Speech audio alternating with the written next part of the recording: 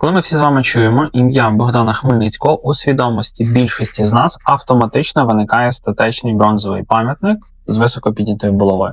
Або суворий, втомлений гетьман, що дивиться на нас із 5-гривневої купюри.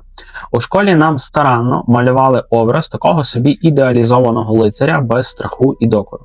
Справжнього месії, борця за свободу народу, який одного чудового ранку просто прокинувся, подивився навколо і вирішив: час скидати кайдани, час рятувати Україну.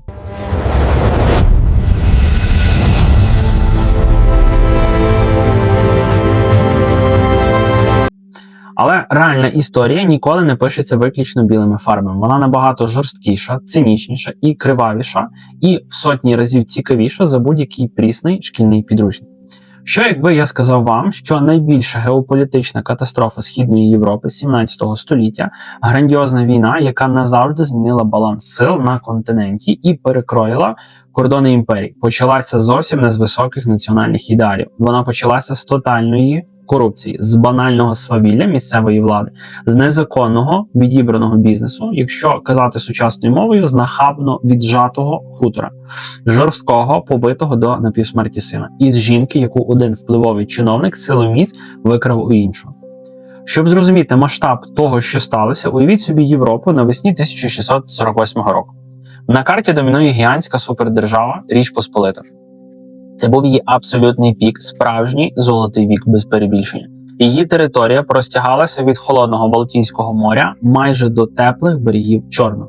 Вона була неймовірно багатою. Польські та литовські магнати жили в розкоші, які заздрили королі в Парижі чи там в тогочасному Лондоні. Вони мали власні приватні армії, власні закони і вважали себе господарями життя. Військова машина Речі Посполитої здавалася бездоганною. Її елітна важка кіннота, крилаті гусари вважалися найкращою кавалерією у світі.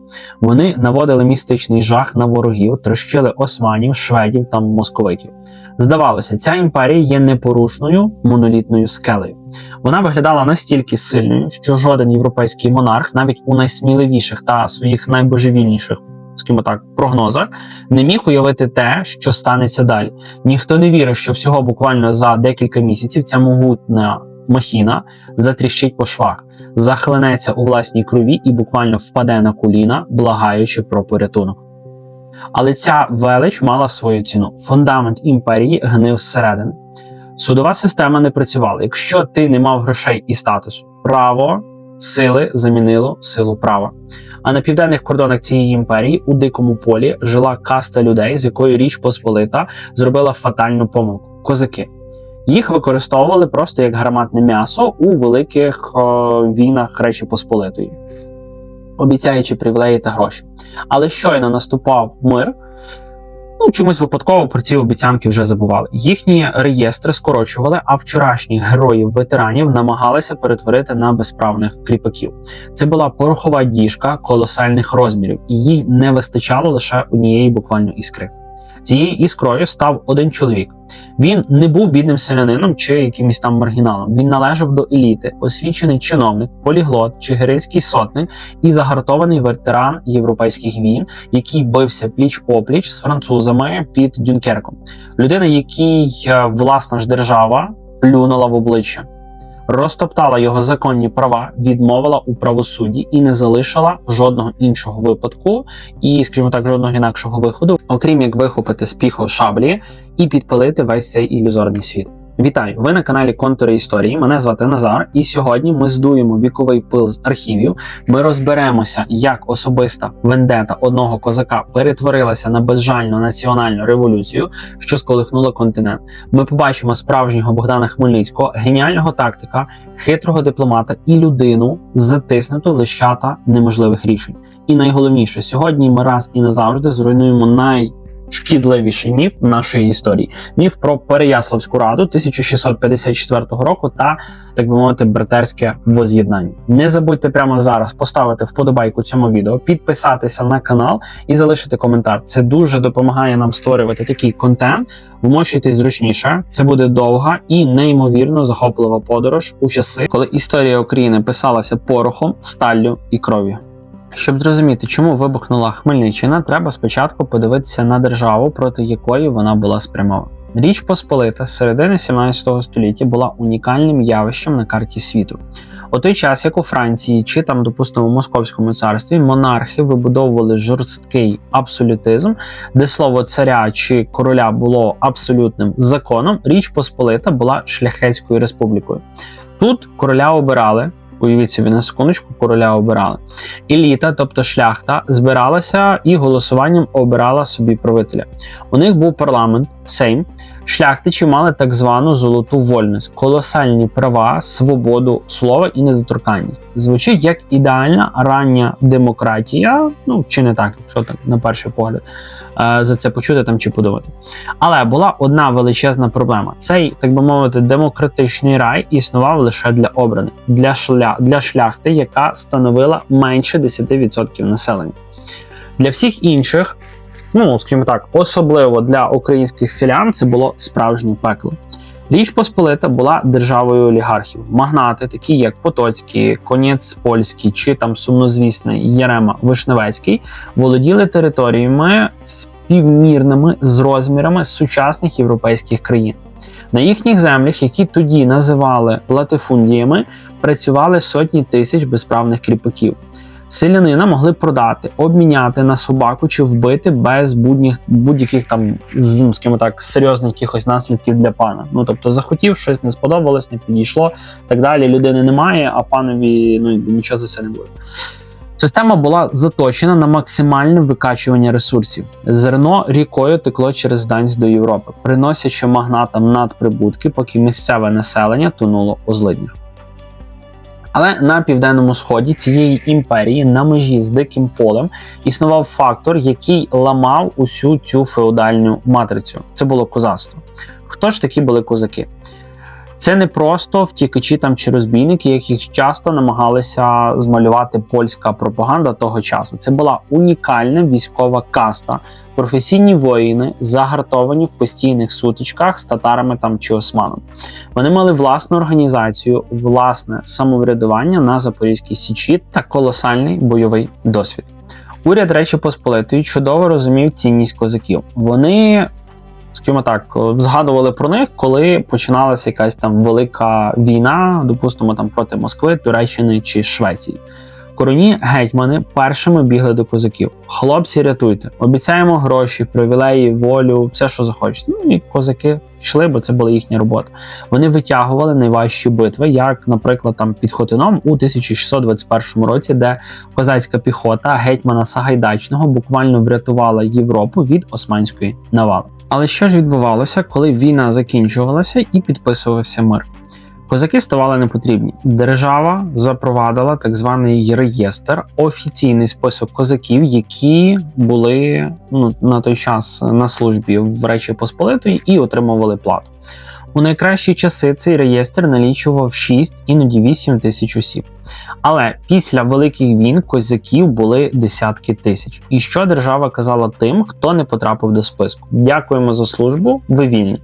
А тепер здайте зброю і повертайтеся до пана на панщину. Будьте кріпаками.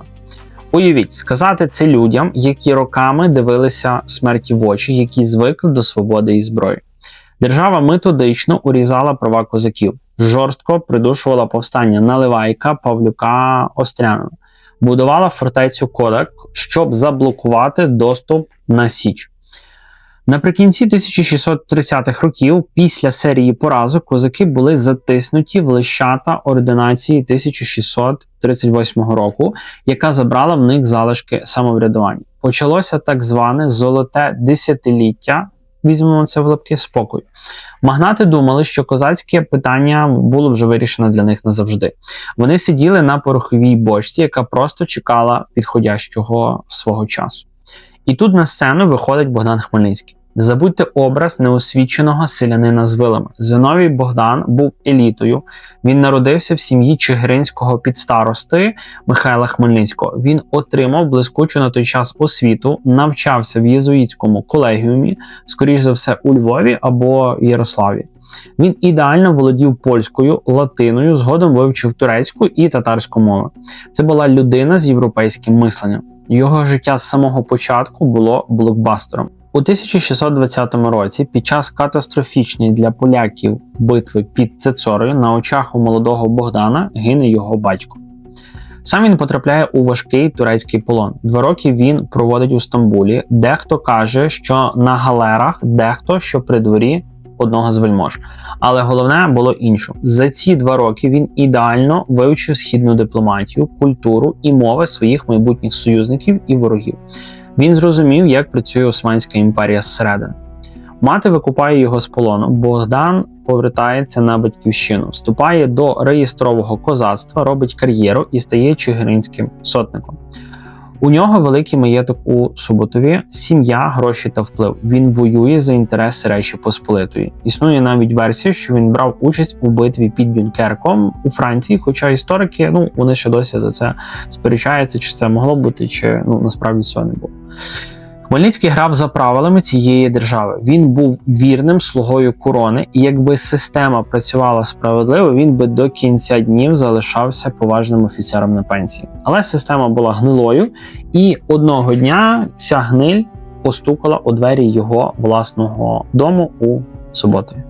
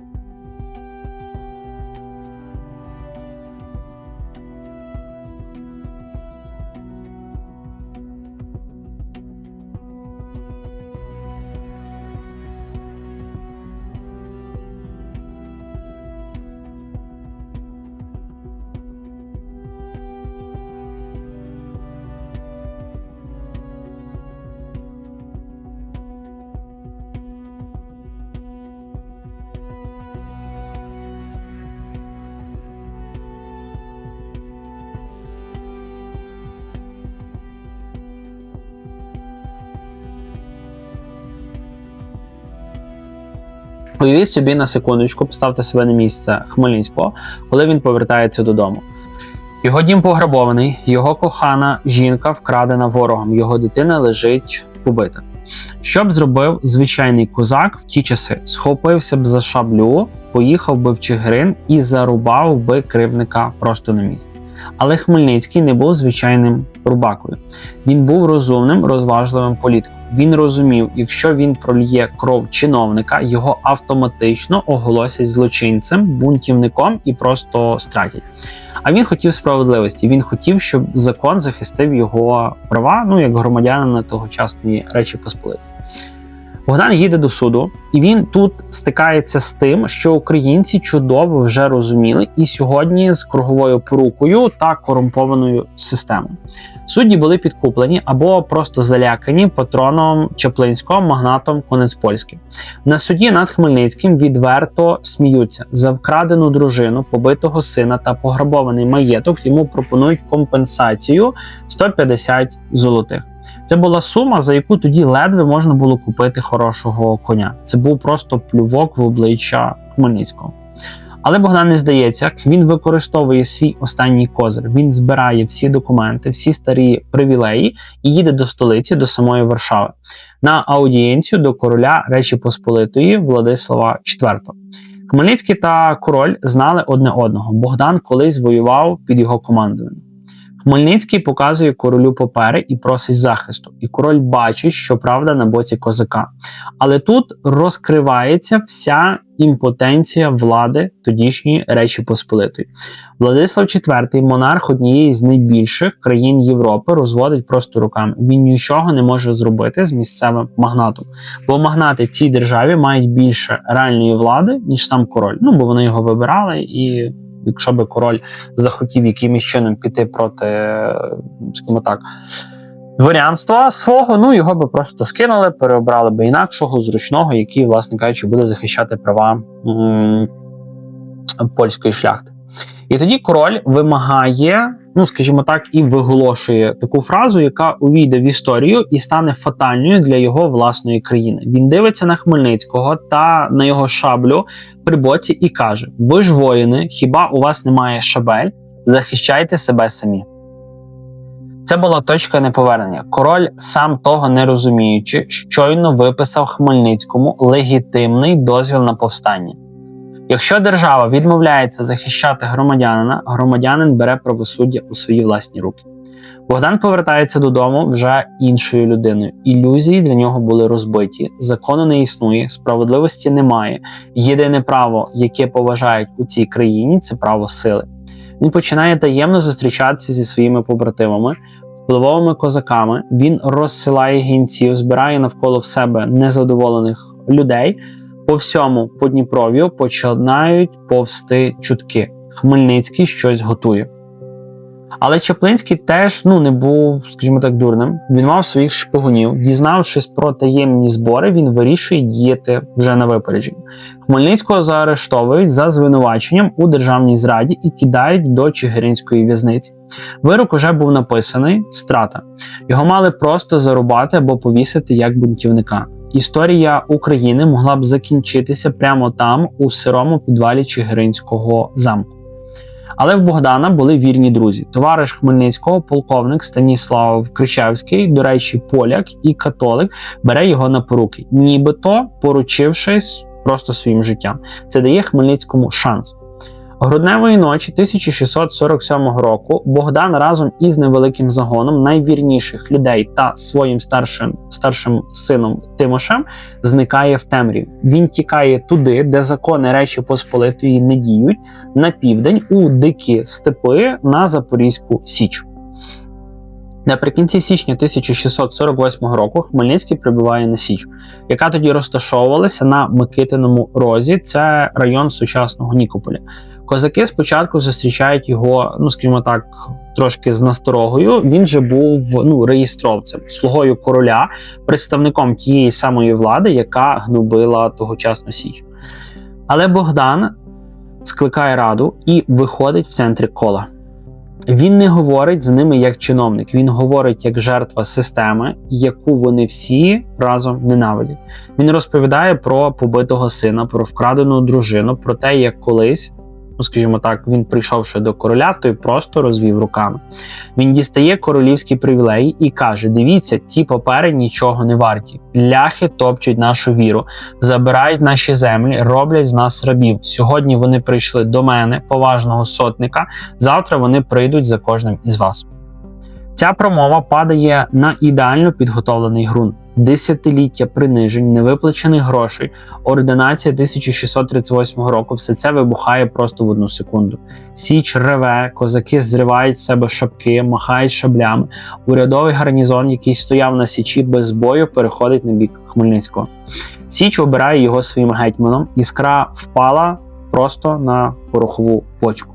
Тепер це був не просто бунт одного ображеного сотника, це була війна за знищення, війна, до якої жодна зі сторін просто ще не була готова. Отже, хмельницький гетьман, у нього є кілька тисяч розлючених запорожців, готова до бою піхота і величезне бажання помститися. Але Богдан, як досвідчений військовий, чудово розумів математику війни. Що таке козацьке військо того часу? Це феноменальна, найкраща в Європі піхота. Вони геніально стріляли з мушкетів, будували неприступні табори з возів, вміли рити шанці так, що сучасні інженери просто би позаздрили їм. Але в них була критична слабкість, у них майже не було важкої регулярної кінноти. а вийти в, скажімо так, голе абсолютне поле, дикий степ проти польських крилатих гусарів без кінноти, це було самогубством. Їх просто могли би знести, затоптати коні, і на цьому би битва закінчили. Гусари просто птали козацькі полки. І тут Хмельницький робить крок, який шокував всю Європу. Крок абсолютного дипломатичного генія і такого ж абсолютного ризику. Він залишає Січ і їде до Криму, до палацу хана Іслам Гірея III. Уявіть собі цю картину, що вчора козаки і татари різали одне одного в безкінечних набігах, а сьогодні лідер повстанців приходить до хана і пропонує військовий союз проти найбільшої імперії регіону. Хан вагався, навіщо йому підтримувати якогось бунтівного сотника проти могутньої Варшави. Але Хмельницький був блискучим перемовником. Він знав татарську мову, знав їхні звичаї, він переконав хана, що Річ Посполита слабне і що разом вони зможуть взяти колосальну здобич. А щоб довести свої серйозні наміри і, власне кажучи, гарантувати, що козаки не зрадять, Богдан залишає в Бахчисараї найцінніше, що в нього було – свого старшого сина Тимоша, як заручник. Цей союз змінив правила гри назавжди. Тепер Богдан мав непробивну козацьку піхоту і стрімку, безжальну татарську кінноту на чолі з видатним полководцем Тугай-беєм. Ідеальна машина для війни була зібрана. Тим часом у Варшаві, про бунт вже, власне, дізналися. Але там ніхто не сприйняв його серйозно. Подумаєш, там черговий якийсь козацький бунт, корений гетьман Миколай Потоцький, якого козаки поза очі називали «ведмежа лапа» за його жорстокість, вирішив придушити повстання швидко. Він відправляє на зустріч Хмельницькому авангард під командуванням свого сина Стефана Потоцького.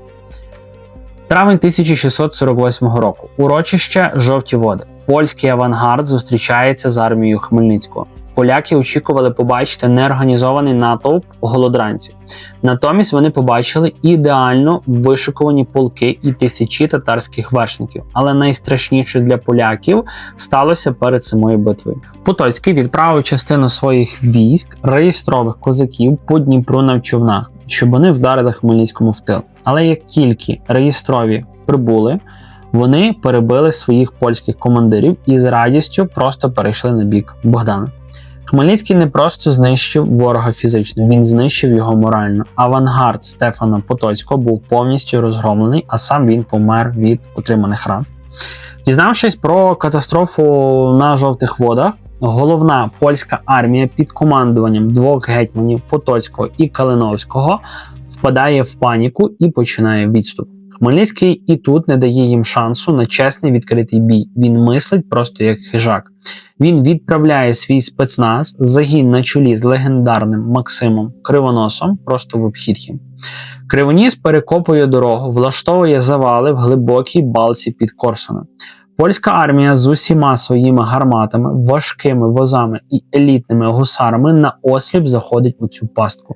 Це була абсолютна бійня. Армія Речі Посполитої перестала існувати буквально всього лише за декілька годин. Обидва короні гетьмани, вище військове керівництво імперії потрапили в полон і були віддані татарам. Уявіть собі просто на секундочку цей шок Європи. Найсильніша армія континенту знищена якимось чигиринським сотником всього за 3 тижні. Але і це ще не був кінець. Саме в цей час стається подія, яка доводить Річ Посполиту до абсолютного колапсу. Помирає король Владислав IV. Держава залишається без правителя, без армії і без головнокомандувача. По всій Україні спалахує тотальне народне повстання. Селяни беруть вила, сокири і починають вирізати своїх панів. Орендарів палити замки. Століття принижень виплеснуться в просто неконтрольований кривавий терор. Восени 1648 року Річ Посполита збирає останню найбільшу армію. Але це були не професійні вояки, а так зване посполите рушення. Ополчення просто тогочасної шляхти польської. Вони приїхали на війну просто як на бенкет. З золотим посудом, слугами, паринами, скажімо так, керували ними 3 магнати, яких Хмельницький саркастично назвав Парина, Латина і Дитина. Бо один був товстоном, другий вченим теоретиком, а третій зовсім молодим. Під Пилявцями Хмельницький розігнав блискучу психологічну операцію. Він пустив чутку, що до нього на підмогу йде сам кримський хан з гігантською ордою і наказав козакам переодягнутися в татарський одяг і з криками вискочити з лісу. У польському таборі почалася така шалена паніка, що вся ця величезна армія кинула зброю, гармати, мільйони золотих і просто втекла вночі. Кажуть, козаки потім тижнями збирали золото та дорогі тканини в покинутому таборі. Шлях на Варшаву був відкритий. Річ Посполита лежала буквально біля ніг Хмельницького. Грудень 1648 року Богдан Хмельницький в'їжджає в Київ. І саме тут, під звуки церковних дзвонів і вітання натовпу, відбувається найголовніша трансформація тієї історії.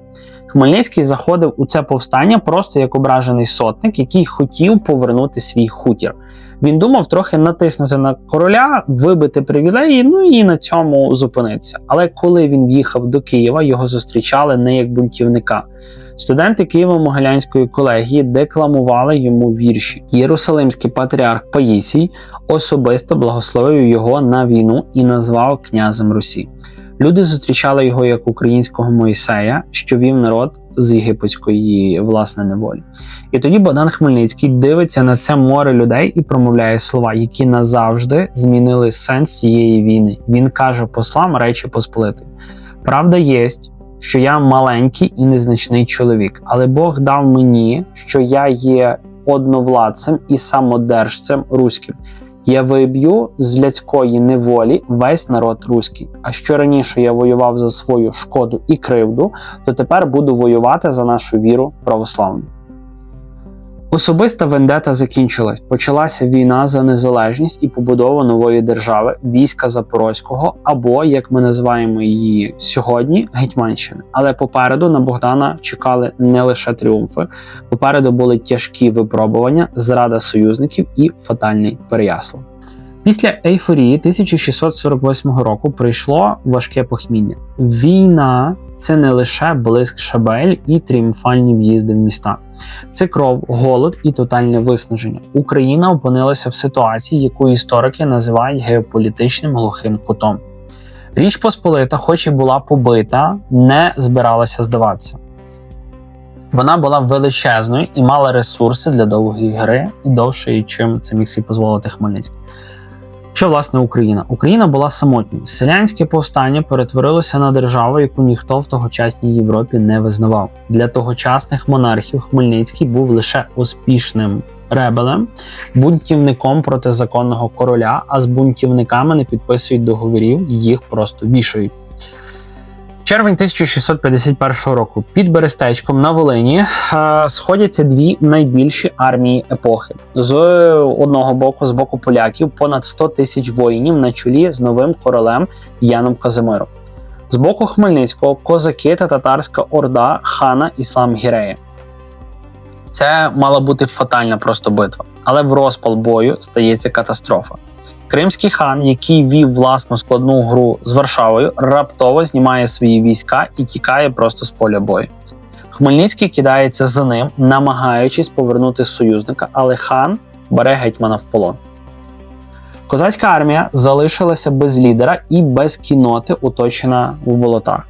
Те, що сталося далі, це одночасно і трагедія, і приклад неймовірної мужності. Поки основна частина війська намагалася вийти з оточення через нашвидкуруч збудовані переправи, 300 козаків залишилися на острові, щоб прикрити відступ. Вони билися до останнього патрона.